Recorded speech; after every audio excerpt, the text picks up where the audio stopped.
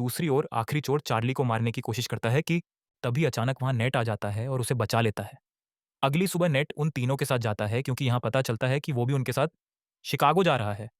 Maggi उसे अपनी team में देखकर कंफ्यूज हो जाती है क्योंकि नेट उसके लिए बिल्कुल अनजान था। इसीलिए वो चार्ली को वार्निंग देती है कि उसे ऐसे ही किसी पर भरोसा नहीं करना चाहिए। लेकिन कुछ देर बाद उसे याद आता है कि हर कोई बुरा नहीं है, इसलिए अब उसे नेट से कोई परेशानी नहीं थी। अगले सीन में जब मजोर टॉम और उसकी आर्मी आराम कर रही थी तो डीएस बात का फायदा उठाकर वहां से भागने की कोशिश करता है और हथकड़िद्धियों का ताला खोलकर भाग जाता है।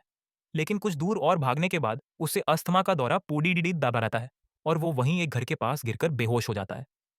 कुछ घंटों बाद जब उसकी आंख खुलती है तो वो अपने सामने एक लद्दत को उस पर बंदूक ताने देखता है। वो लद्दत अपना नाम ग्रेस बताते हुए उससे पूछती है कि वो कहाँ से आया है, जिस पर डी बताता है कि कुछ लोगों ने उसे किडनैप कर लिया था, जिनसे बचता हुआ वो यहाँ आया है। ये सुनकर वो लद्दकी बंदूक नीचे करती है, जिसके बाद वो उसे अस्थमा पंप देती है और बताती है कि ये उसके मरे हुए बेटे का है। इसके बाद हम उन चारों के ग्रुप को देखते हैं जो फाइनल शिकागो पहुंचते हैं, जो कि मड रिपब्लिक में ही है। यहाँ देखने लायक बात है कि रिगली फील्ड पूरी तरह से ईवी प्लांट से कवर्ड है। एसडीडीडी के मछुआरों से भरी हुई है और फोल्क्सवागन बीटल जैसी गादियों को घोड़े की बग्घी में बदल दिया गया है।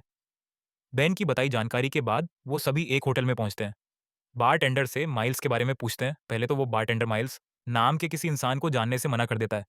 लेकिन जब चार्ली उसे अपने दाद बेन के बारे में बताती है कि हाल ही में उनकी डेथ हुई है, तो वो बताता है कि वो खुद ही माइल्स है, लेकिन वो उन सभी से अपनी पहचान को छुपाए रखने के लिए बोलता है।